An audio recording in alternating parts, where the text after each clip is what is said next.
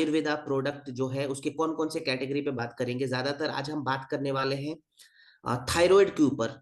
बहुत ही पॉपुलर और बहुत ही गंभीर ये सब्जेक्ट है थायराइड। सो उसके ऊपर हम बात करेंगे। वेरिकोज वेन्स की जो समस्या आजकल बहुत तेजी से बढ़ रही है वहां पे बात किया जाएगा। प्रोटीन की कमी अगर होती है हमारे शरीर में तो कौन कौन सी समस्या हो सकती है वहां पे बात की जाएंगी। उसके अलावा भी बहुत सारे और भी टॉपिक्स हैं। उन सभी टॉपिक्स को आज हम प्रोडक्ट के साथ साथ बिल्कुल डिटेल्स में और बहुत ही आसान शब्दों में कवर करने वाले हैं। तो लिखना बहुत जरूरी है।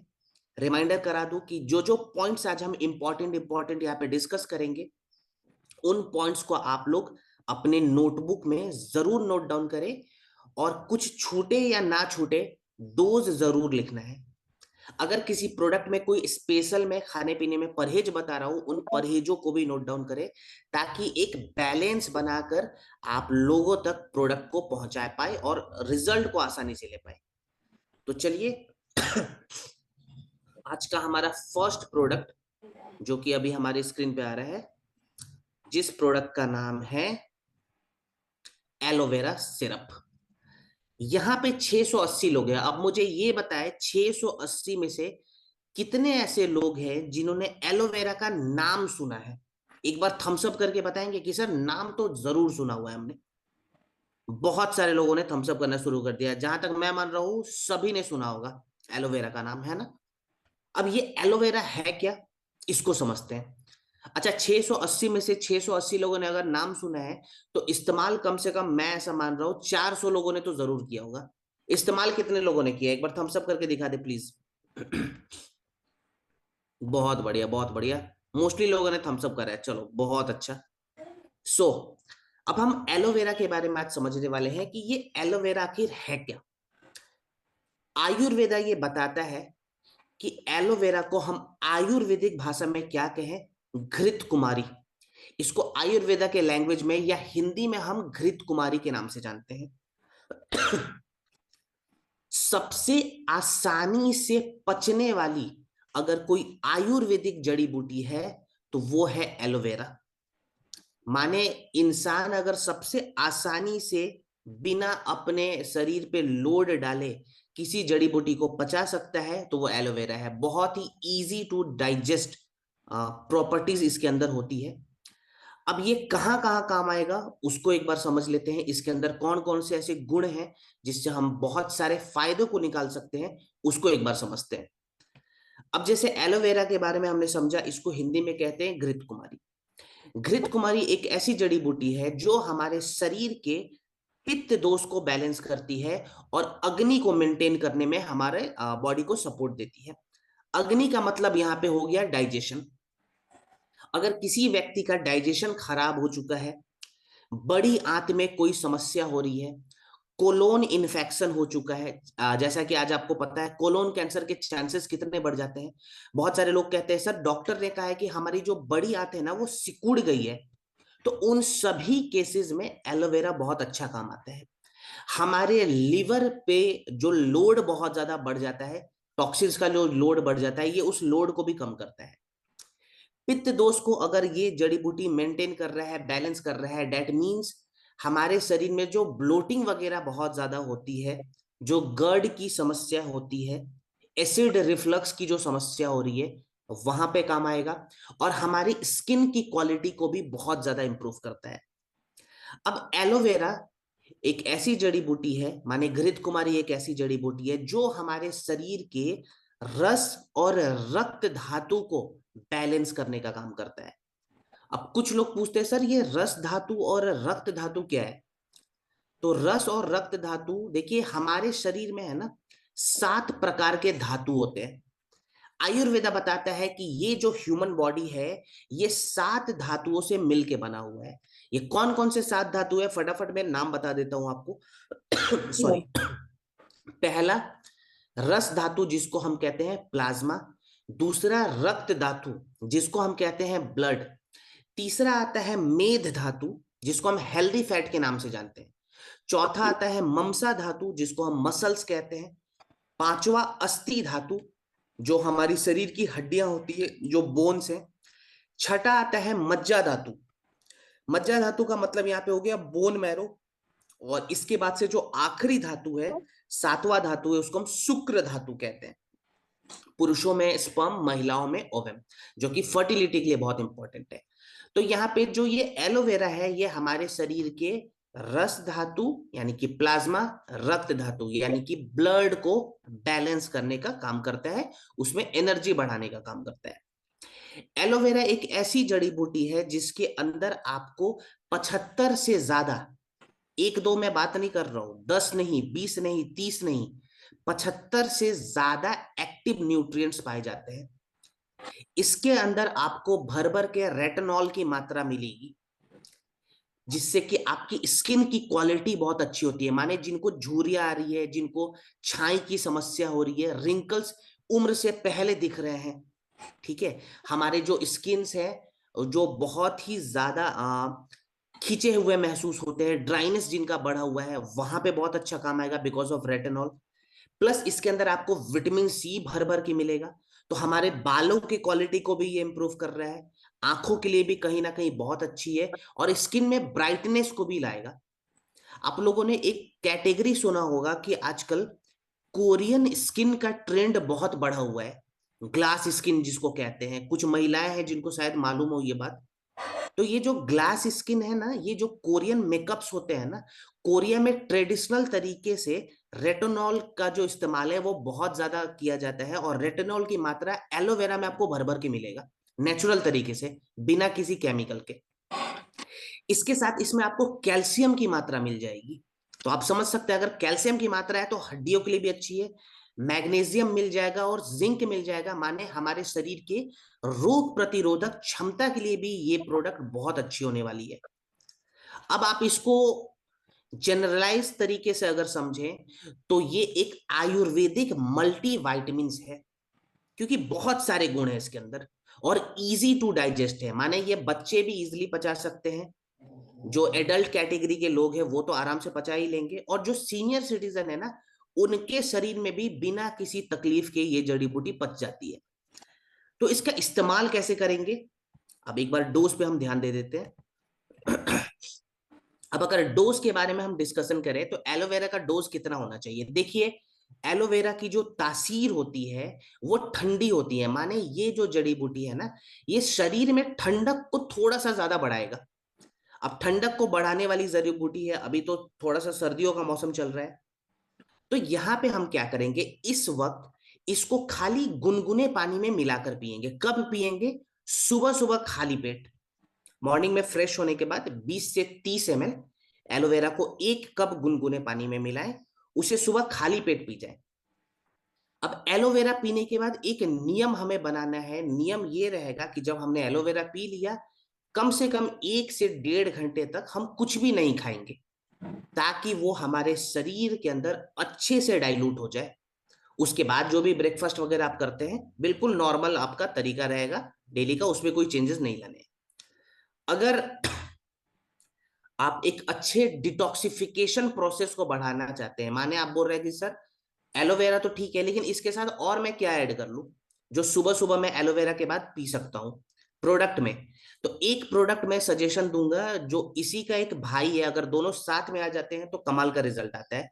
उस प्रोडक्ट का नाम है व्हीट ग्रास।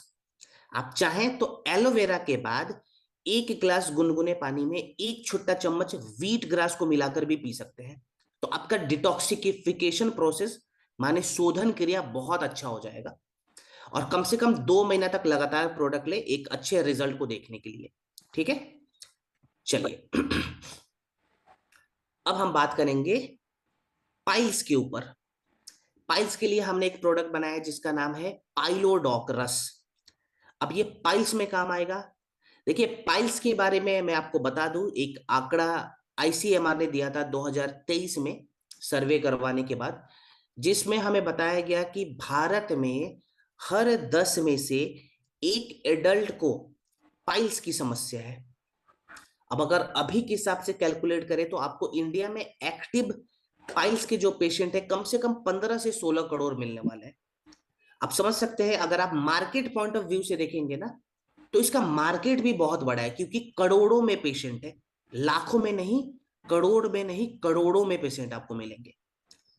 अब एक जो रिसर्च था वो हमें ये भी बता रहा है कि पाइल्स का कनेक्शन कहीं ना कहीं क्रोनिक कॉन्स्टिपेशन के साथ भी है। माने जिनको लंबे समय तक कब्जियत की दिक्कत होती है, मैंने लास्ट टाइम भी आपको बताया था, उनके अंदर पाइल्स का जो चांस है ना, वो बहुत ज्यादा बढ़ जाता है। ठीक है। अब ये पाइल्स है क्या, इसको बहुत आसान शब्दों में एक बार हम समझते हैं। बहुत सारे लोग बोलते हैं सर ये पाइल्स आखिर होता कैसे। तो देखिए पाइल्स कैसे होता है, जब हमारा खाना पीना जब खराब हो जाता है तो हमारे शरीर में पित्त का दोष बढ़ जाता है। ठीक है। जब हम ज्यादा मसाले वाली चीजें खाएंगे, पानी कम पिएंगे, बहुत ही ज्यादा प्रोटीन ले लेंगे लेकिन फाइबर बिल्कुल नहीं ले रहे हैं, तो हमारे शरीर में पित्त का प्रभाव बढ़ेगा, वात का प्रभाव बढ़ेगा, और हमारे शरीर की अग्नि जो है वो स्लो डाउन हो जाती है। इससे होता क्या है, पहला स्टेज में हमें कॉन्स्टिपेशन की समस्या होगी, माने कब्जियत की दिक्कत होती है। अब कुछ लोग कब्जियत को भी इग्नोर कर देते हैं लंबे समय तक। तो होता क्या है, हमारी जो बड़ी आंत है उसके जो निचले वाले हिस्से होते हैं वहां पे स्वेलिंग आ जाती है, माने सूजन बढ़ जाता है। जो रेक्टम वाला एरिया होता है जहां से मल त्यागते हैं वहां पे स्वेलिंग बढ़ जाती है। मसल्स जो उसके हार्ड आसपास के हैं, जो उसके आसपास के टिश्यूज हैं, वो बहुत ज्यादा हार्ड हो जाते हैं।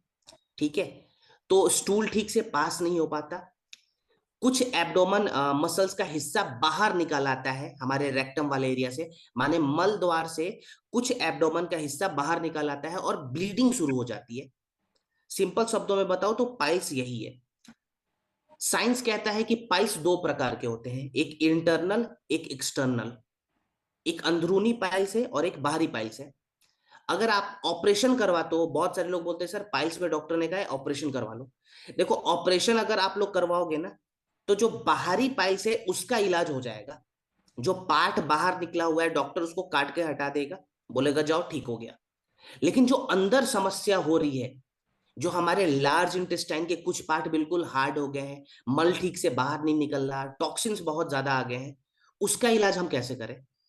तो ये जो हमने प्रोडक्ट बनाया है ना, ये एक्सटर्नल और इंटरनल दोनों पाइल्स पे काम करता है। पाइल्स की समस्या में जो जो जड़ी बूटियां चाहिए वो सभी जड़ी बूटियां हमने पाइलोडॉक में ऐड कर रखी हैं। जैसे मैं बताऊं, तो पाइल्स के अंदर सबसे बड़ी दिक्कत आती है इन्फ्लामेशन की। माने जो स्वेलिंग बढ़ गई है हमारी बड़ी आंत के निचले वाले हिस्से में, जो टिश्यूज हमारे हार्ड हो जाते हैं, उसके लिए हम क्या करें, तो उस स्वेलिंग को कम करने के लिए हमने यहाँ पे ऐड कर दिया है नीम।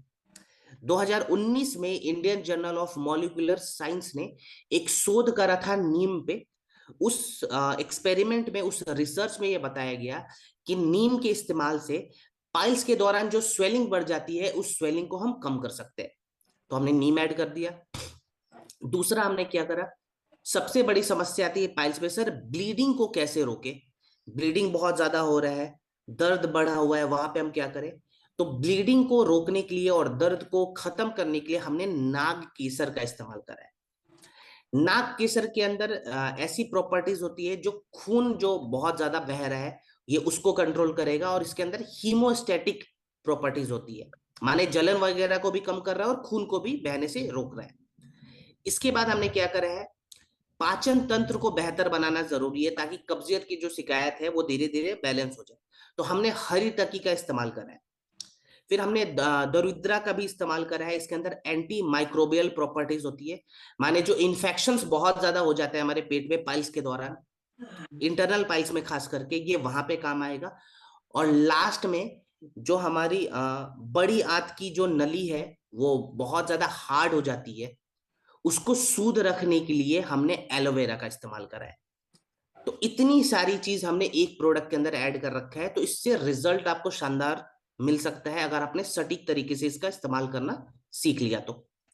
पहले डोज पे बात करेंगे, फिर खाने पीने में कुछ बेसिक परहेज है उस पर ध्यान देते हैं। डोज के बारे में अगर बातें की जाए तो 20 ml इसका डोज रहता है, 1 कप गुनगुने पानी में खाने के बाद दिन में 2 बार।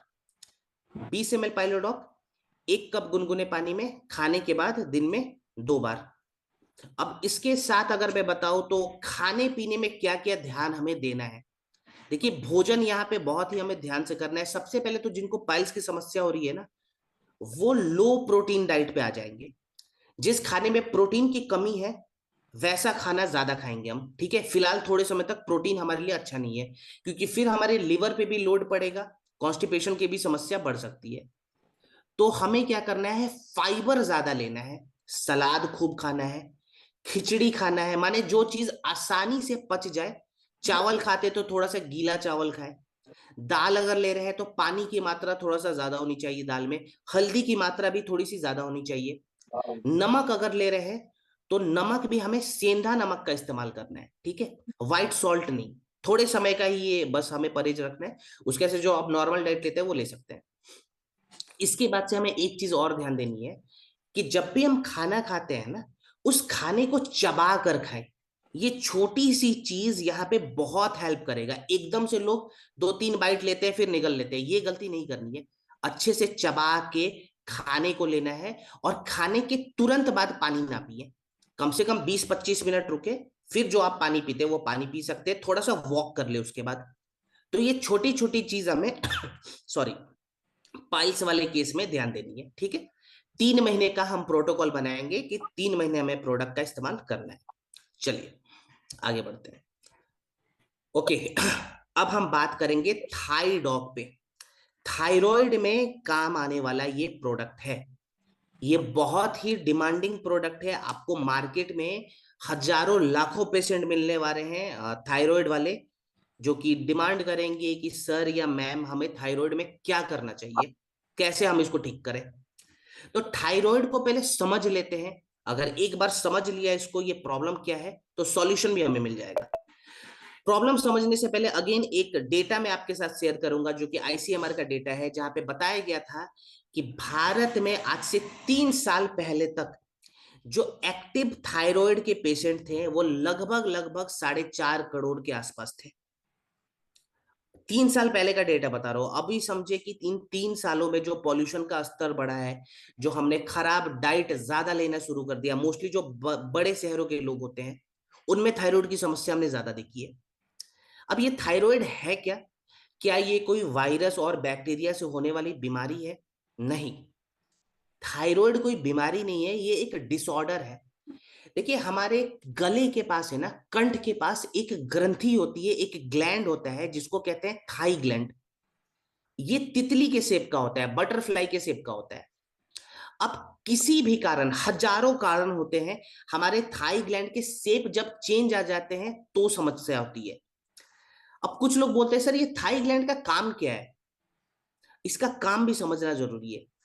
थाई ग्लैंड बेसिकली हमारे शरीर को चलाने वाला एक मशीन है। माने थाई ग्लैंड का काम क्या है, हमारे शरीर में जितने भी सिस्टम्स है ना, हार्ट का अपना सिस्टम है, पेट का अपना सिस्टम है, हमारे लंग्स का अपना सिस्टम है, हमारे टिश्यूज का अपना सिस्टम है। तो ये सभी सिस्टम को चलाने वाला एक डिवाइस है, उसकी स्पीड को कंट्रोल करता है। जैसे थाई ग्लैंड का मैं रोल आपको बता दूं, सबसे सिंपल इसका मैं रोल बताता हूं। हमारे बाल कितने जल्दी बढ़ते हैं, नाखून कितने जल्दी बढ़ते हैं, इसका स्पीड कौन डिसाइड करता है? थाई ग्लैंड। हम जब खाना खाते हैं वो खाना कितने जल्दी हमारे शरीर में एनर्जी में बदलेगा, यानी कि हमारी कैलोरी कितनी जल्दी कन्वर्ट होती है, बर्न होती है, इसका डिसीजन कौन लेगा? थाई ग्लैंड। हमारे हार्ट बीट कितने फास्ट होंगे, कितने स्लो हो जाएंगे, इतना क्रूशियल डिसीजन कौन लेता है? थाई ग्लैंड लेता है। हमारी पाचन तंत्र कितनी जल्दी बढ़ेगी, कितनी जल्दी स्लो हो जाएगी, ये डिसीजन भी थाई ग्लैंड ले रहा है। हमारे स्किन की क्वालिटी कितनी जल्दी जल्दी चेंज होगी, ये डिसीजन भी हमारा थाई ग्लैंड लेता है। इतना इंपॉर्टेंट ग्लैंड है। अब होता क्या है, किसी भी कारण, कारण बहुत सारे हैं तो कारणों पे हम नहीं जा रहे, हजार से ज्यादा कारण मिलते हैं। किसी भी कारण जब हमारे थाई ग्लैंड का स्पीड कम होता है ना, तो हमारे शरीर में हाइपोथायरॉयडिज्म की दिक्कत आती है। हाइपोथायरॉयडिज्म, जो कि महिलाओं में मोस्टली देखा है। हाइपो में होगा क्या, थाई ग्लैंड का स्पीड कम हो जाता है और हमारे शरीर का मेटाबॉलिज्म भी कम हो जाता है। तो सबसे पहला सिम्टम हाइपोथायरॉयडिज्म का वजन बढ़ेगा। कुछ महिलाएं कंप्लेन करती है कि सर मैं तो 1 रोटी खा रही हूं, सर मैंने 2 रोटी खाना शुरू कर दिया, सर मैं पहले 7-8 रोटी खाती थी अब खाली 3 रोटी खा रही हूँ। कम तो कर दिया खाना उन्होंने, लेकिन फिर वो कहती है सर हमारा वजन कम नहीं होता है।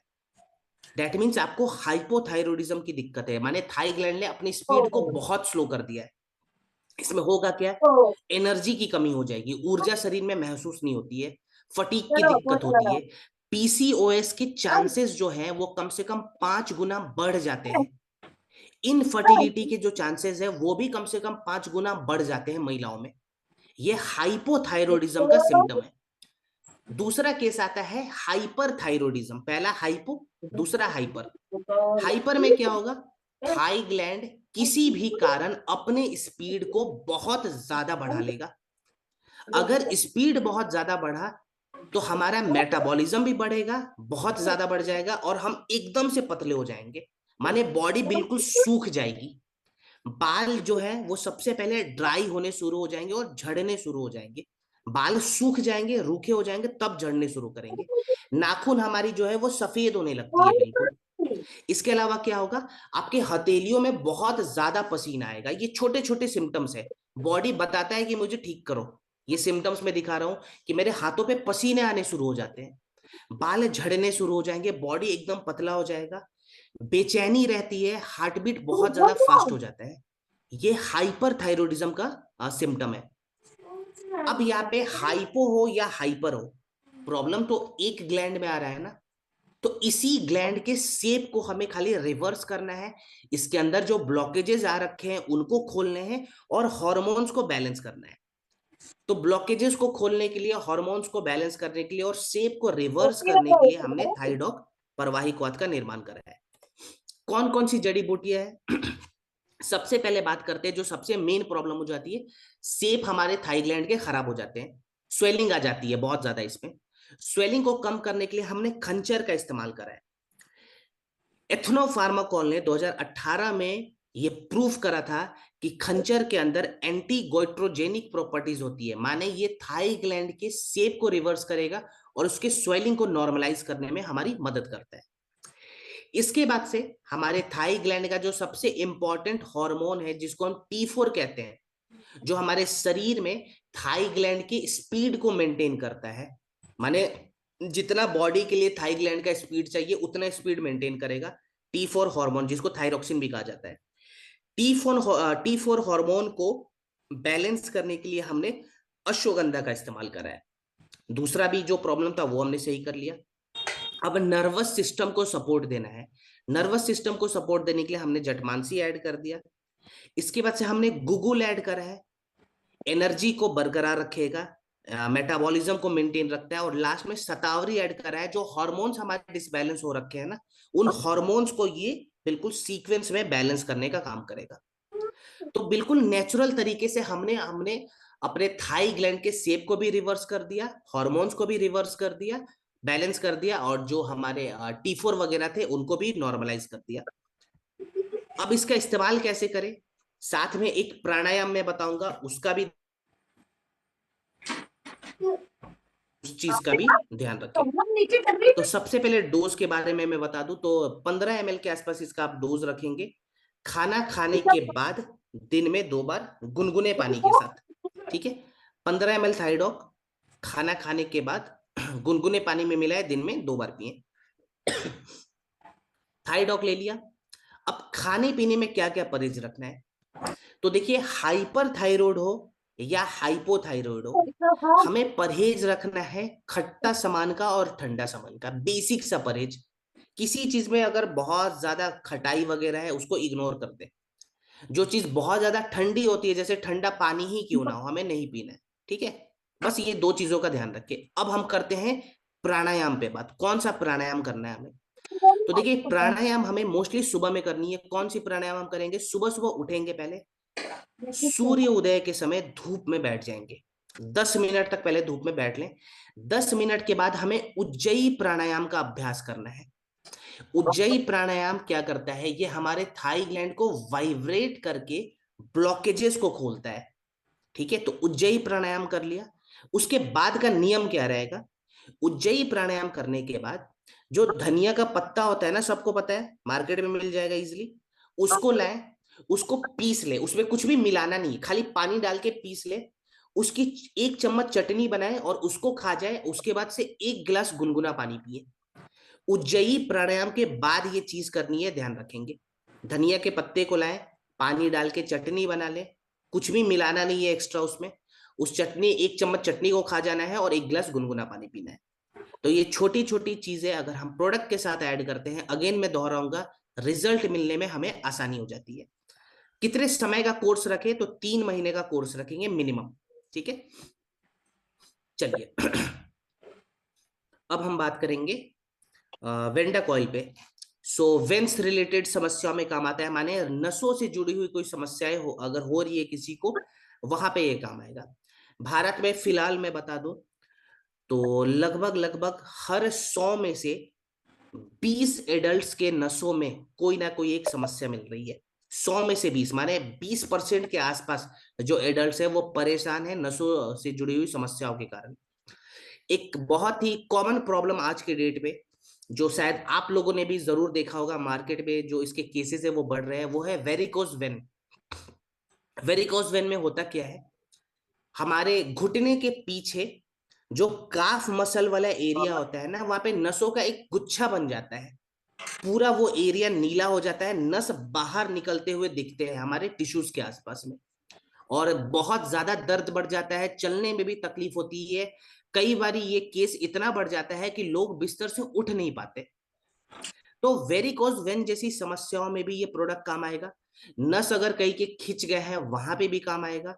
नस अगर दब चुके हैं वहां पे भी काम आएगा। माने ये नसों से जुड़ी हुई लगभग हर एक समस्याओं में काम कर रहा है।